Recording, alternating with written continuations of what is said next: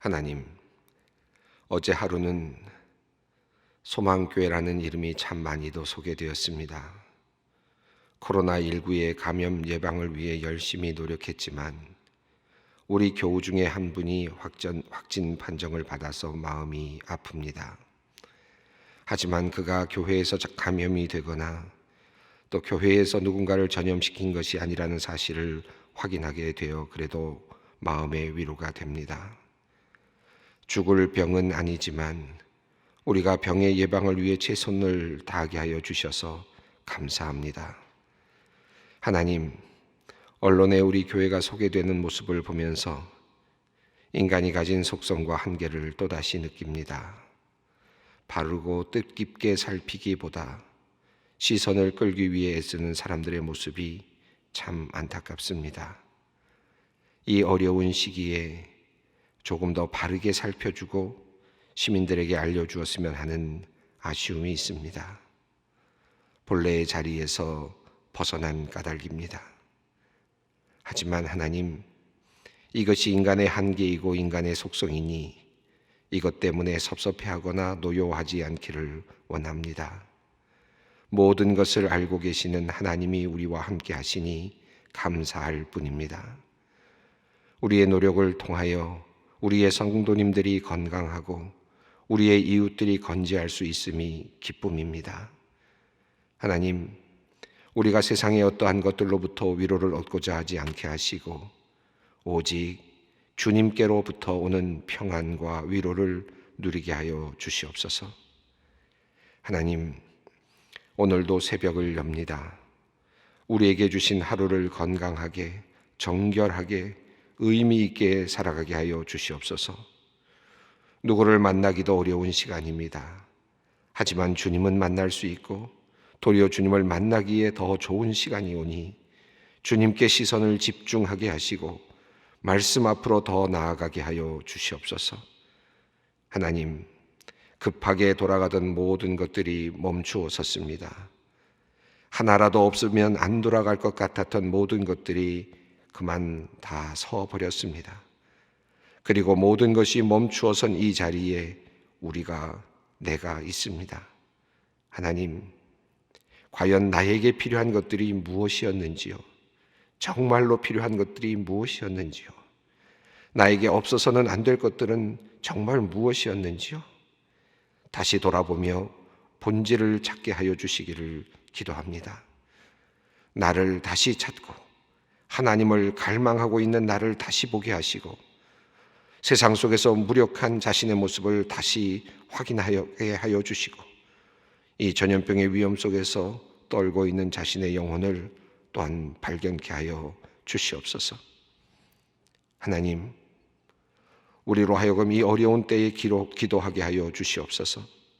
기도는 하나님께서 우리에게 주신 귀한 영적인 무기요, 세상을 도우며 살리는 우리의 믿는 자들의 특권입니다. 하나님께서 우리가 기도할 때에 그 기도를 들으시고 응답하시며 이 땅을 고치시고 하나님의 살아계심을 드러내 보여 주시옵소서. 하나님, 코로나19 바이러스 확진 환자로 확진을 받은 사람이 벌써 1,700여 명을 넘어서고 있습니다. 그들이 격리되어 치료를 기다리지만 그들이 얼마나 두렵고 힘들까를 생각해 봅니다. 한 사람 한 사람 환자들에게 주님께서 친히 위로하여 주시고 주님께서 전능하신 손으로 어루만져 주시기를 기도합니다. 전염병이라는 특성 때문에 때로는 멸시를 당하기도 하고 배척을 당하기도 하고 인간의 이하의 대우를 받을 수 있을 것입니다. 마음 상하지 않게 하시고 자존감을 잘 유지하게 하여 주시옵소서. 믿는 이들은 하나님의 사랑받는 자녀로서의 정체성을 끝까지 놓지 않게 하여 주시옵소서. 수고하는 손길들이 있습니다. 이런 어려운 시간에 자신의 일이 아님에도 불구하고 자발적으로 대구와 경북 지역을 찾아가는 의사와 간호사, 의료인들이 있습니다. 하나님, 그 마음을 주님께서 귀하게 보아주시고 그들이 오고 가는 길을 지켜주시기를 기도합니다. 육체로 건강하게 하시고 마음으로 사랑의 마음이 가득 차게 하여 주시옵소서. 그들의 수고로운 사랑이 환자들에게 잘 전달되어서 서로 인류애로 하나가 되는 멋진 일이 일어나게 하여 주시옵소서. 지치지 않게 하시옵소서. 그들이 병에 걸리지 않게 하시옵소서. 마음도 무너지지 않게 하여 주시옵소서. 사랑으로 기쁨으로 봉사하게 하시고 값진 보상을 주님께 받게 하여 주시옵소서.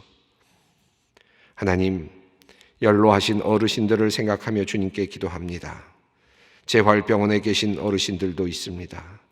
삶의 마지막을 어렵게 보내시는 분들도 있습니다. 하나님, 그분들을 전염병의 위험으로부터 각별히 지켜주시기를 기도합니다. 베데스다의 식구들, 그룹홈의 식구들, 우리 소망부의 식구들을 생각하며 기도합니다.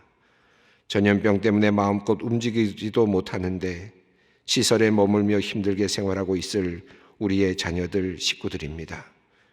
하나님께서 그들이 지루하거나 힘들어하지 않게 하시고 코로나19에 걸리지 않도록 이들을 보호하여 주시옵소서.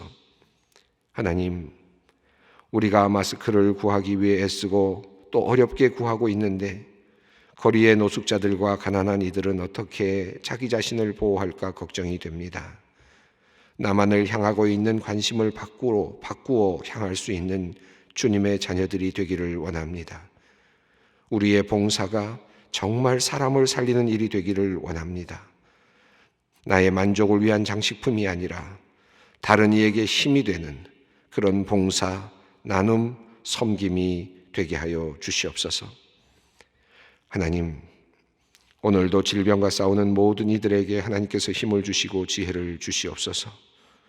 이들이 하나님을 대리하여 인간을 살리기 위해 노력하고 있습니다. 하나님께서 이들에게 주신 임무요 사명인 줄 압니다. 이들에게 참된 기쁨을 허락하여 주시옵소서. 소망의 성도님을 위하여 기도합니다. 어제와 오늘 급한 어머니의 뇌 수술로 인하여 하나님께 간절히 기도하는 성도님이 있습니다. 1차 수술 그리고 2차 수술 계속되는 큰 수술입니다. 하나님, 절망적이지만 그러나 희망하게 하시고 하나님께서 전능하신 손으로 만져주시옵소서. 함께하여 주시옵소서. 어머니를 위하여 간절히 기도하는 딸에게 위로를 주시고 좋은 결과를 주님께서 선물로 주시옵소서. 이제 말씀 앞으로 나아갑니다.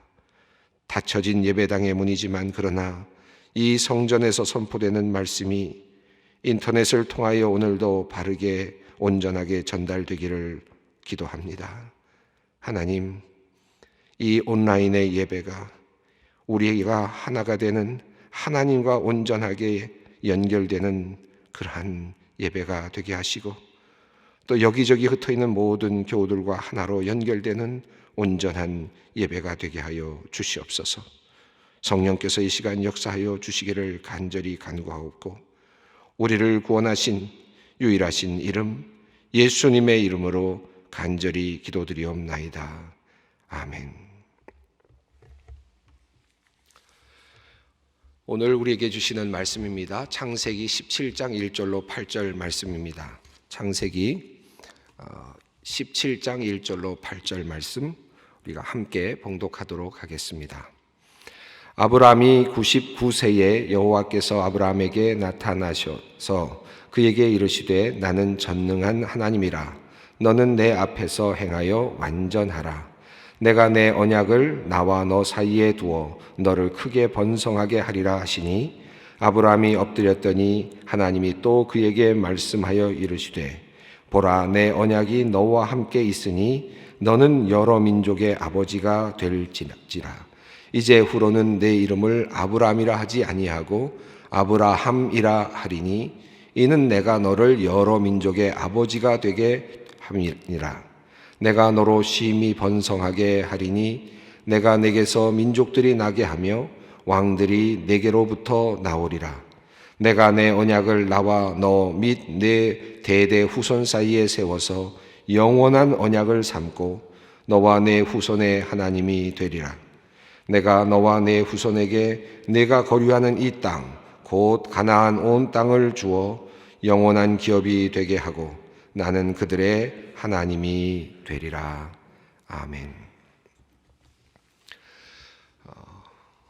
지난 본문이 86세였더라라고 하는 말씀으로 끝이 났습니다.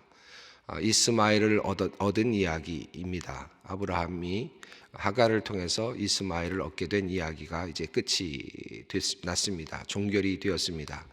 하나의 스쳐 지나가는 이야기 같기도 하고 동시에 하나의 삽입된 중간에 들어와 있는 안 들어와도 될 것 같은 이야기가 잠깐 들어왔다가 나간 그런 내용입니다. 물론 에서를 하갈을 통한 하갈을 통해서 얻게 되는 이스마엘을 통해서 이제 또 새로운 민족이 번성하게 될 것을 예언하였습니다마는 과연 이것이 없었으면 어떠했을까? 이런 사건이 없었더라면 어떤 일이 일어났을까 하는 그런 상상도 해보게 됩니다.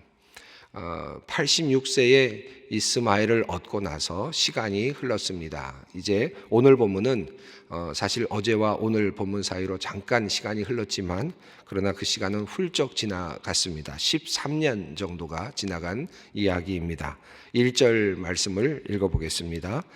아브라함이 99세의 때에 여호와께서 아브라함에게 나타나셔서 그에게 이르시되 나는 전능한 하나님이라 너는 내 앞에서 행하여 완전하라. 하나님께서 아브라함에게 약속을 주셨는데 너의 몸에서 난 자라야 내 후손이 될 것이다 라고 하는 말씀을 주신 다음에 사레가 나름대로 결단을 했습니다. 내 몸으로는 도저히 안 될 것 같다 하는 생각을 했고 그래서 하갈을 통해서 아들을 얻고자 했습니다. 하나님 움직이시지 아니하시는 하나님에 대한 인간의 어떤 도움이라 그럴까요? 인간의 나름대로의 방식이라 그럴까요?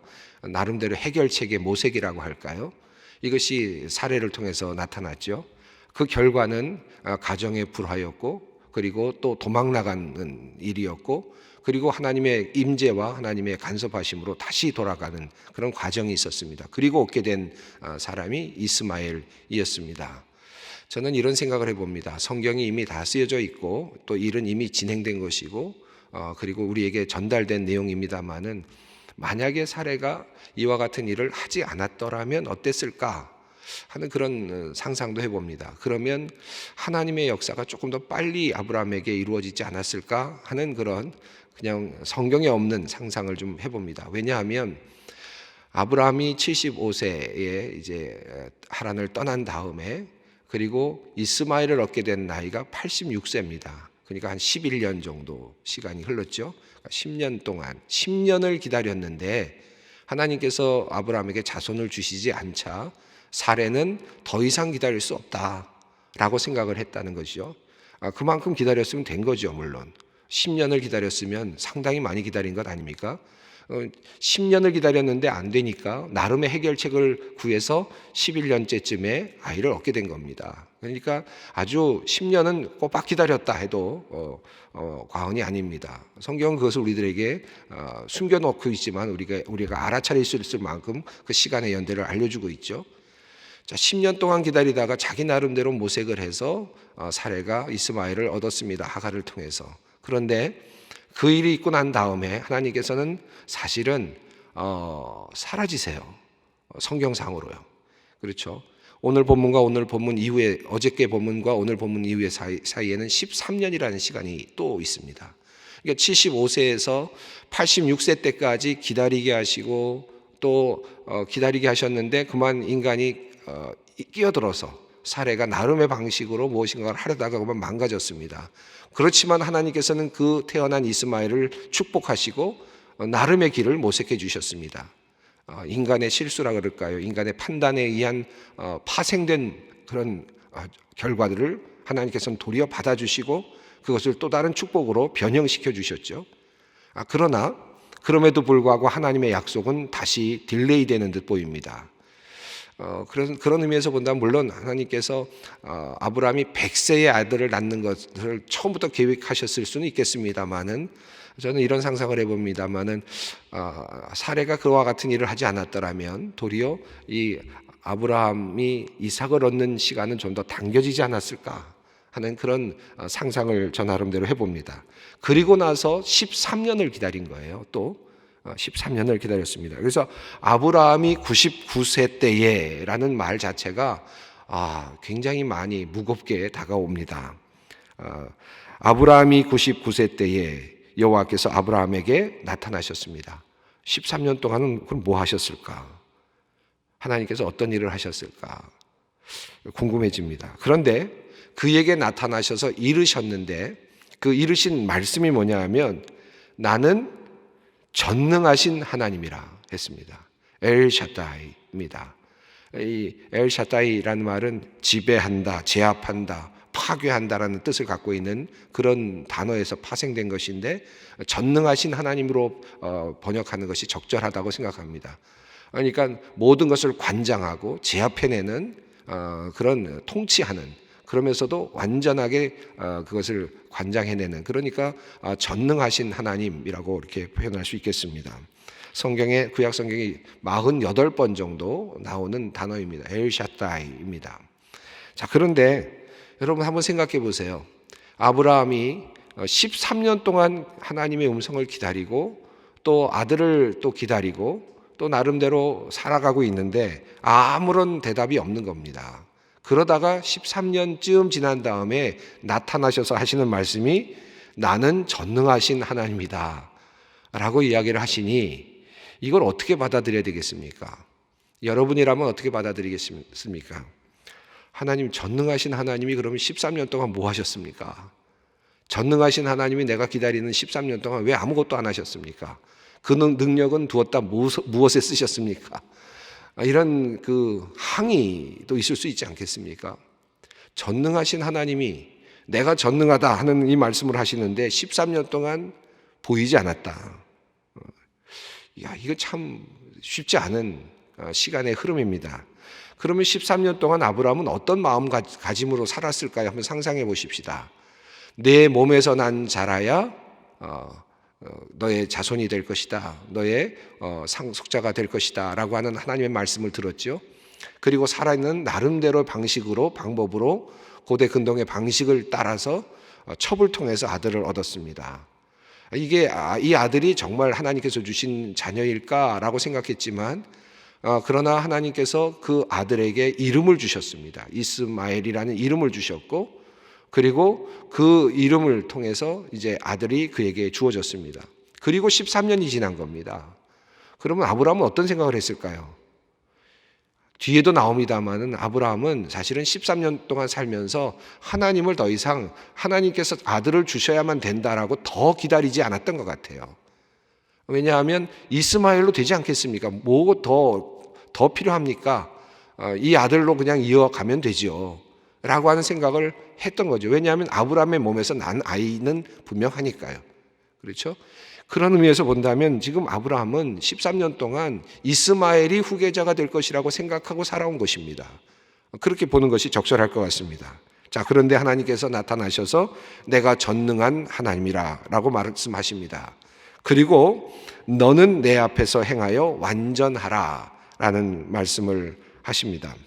여기서 완전하라라고 하는 이 말씀은 타밈이라고 하는 단어가 사용됐는데 앞서 한번 나왔던 단어입니다. 제가 한번 언급했던 단어인데요. 이 단어는 창세기 6장 9절에 나오는 단어입니다. 노아가 완전하였더라 할 때 사용됐습니다. 그러니까 노아가 그 심판 앞에서 완전함을 이루었다라는 표현이었고 그것 때문에 하나님께서는 그를 귀하게 보시고 선택하신 모습으로 그렇게 이해할 수 있습니다. 물론 여기서 말씀하는 이 완전하다는 말은 도덕적으로 완전하다 그런 의미라기보다는 하나님에 대한 신실함, 하나님에 대한 그 신뢰 그런 의미에서 완전함이라고 할 수 있습니다. 그러니까 하나님과의 관계 안에서 신실함을 유지하고 있었다라고 그렇게 말할 수 있습니다. 노아가 그랬다는 것이죠. 그런데 1절의 말씀을 보면 재미있습니다. 너는 행하여 완전하라. 다시 말하면 이것은 너의 행동으로 너의 완전함을 보이라 라는 말씀이죠. 그러면 여기서는 이 완전하라는 것이 지금 도달해 있는 시점이 아니라 목표 지점입니다. 아브라함에게는 지금 하나님께서 목표 지점으로 완전하라는 그런 그 목표를 설정해 주시는 겁니다. 노아에게는 그가 완전하였더라 해서 거기에 도달해 있는 모습처럼 그렇게 표현을 했는데, 오늘 17장에서는 하나님께서 너는 행하여 완전하라 목표 지점으로 설정해 주고 계십니다. 왜 그렇습니까? 하나님에 대하여 신실함이 있기는 하지만 그러나 가야 할 길이 멀다라는 그런 뜻이겠습니다. 그래서 하나님께서 이제 언약을 주시기 전에 13년 동안이나 하나님께서는 조용히 계시다가 간섭하지 않으시는 듯 보이시다가 이제 그의 인생에 다시 개입해 들어오시면서 이제 너는 나와의 관계에서 신실함을 보여라 라고 하는 그런 명령을 하십니다. 그리고 왜냐하면 나는 전능하신 하나님이기 때문이다 라는 것입니다. 전능하신 하나님이 아무것도 하지 않으셨지만 그러나 13년 후에 임재하셔서 아브라함에게 요청하시는 것, 너는 나에게 신실함을 보이라 라고 말씀을 하십니다. 그리고 이제 하나님께서 언약을 세우시는데 2절 말씀입니다. 내가 내 언약을 나와 너 사이에 두어 너를 크게 번성하게 하리라 하시니, 이미 언약은 15장에서 한번 세워졌습니다. 하나님께서 아브라함을 부르시고 짐승을 통해서 짐승을 쪼개게 하시고 그 사이로 건너가시면서 불수레가 지나가도록 하시면서 하나님께서 아브라함과 일방적인 언약을 세우셨죠. 우리가 하나님과 함께 세우는 일방적인 언약을 살펴보았습니다. 그런데 이제 13년이 지나서 다시 언약을 세우십니다. 아마도 하나님께서는 아브라함이 그 언약을 잊지 않았을까 생각을 하셨을 것이고, 동시에 언약을 갱신하시는 의미가 있습니다.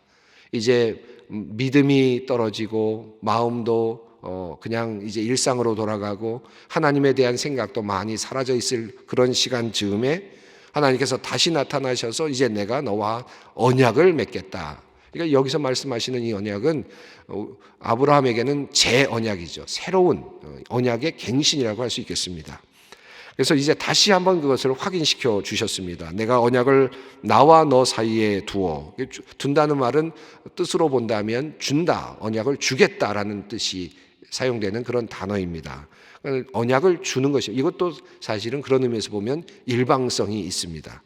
크게 너를 번성하게 하겠다. 번성의 축복을 주셨습니다. 3절입니다. 아브라함이 엎드렸더니 하나님이 또 그에게 말씀하여 이르시되, 아브라함의 반응이 나오는데 아브라함이 엎드렸습니다. 그 과거에는 15장에는 하나님께서 언약을 세우시려고 할 때 어떻게 반응합니까? 하나님께 도리어 되묻지 않습니까? 도리어 물었습니다. 나는 자식이 없습니다 라고 말하면서 나의 후계자는 엘리에셀입니다. 다메섹의 엘리에셀입니다 라고까지 말하면서 하나님께 대꾸했지 않습니까? 그런데 이제는 3절에서는 아브라함의 태도가 다릅니다. 아브라함이 엎드렸습니다. 하나님의 임재가 강력했다는 그런 의미이겠습니다.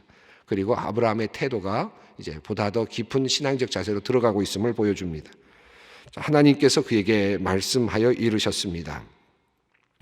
자, 이제 주시는 하나님의 말씀은 4절과 5절입니다. 한번 읽어보겠습니다. 보라, 내 언약이 너와 함께 있으니 너는 여러 민족의 아버지가 될지라.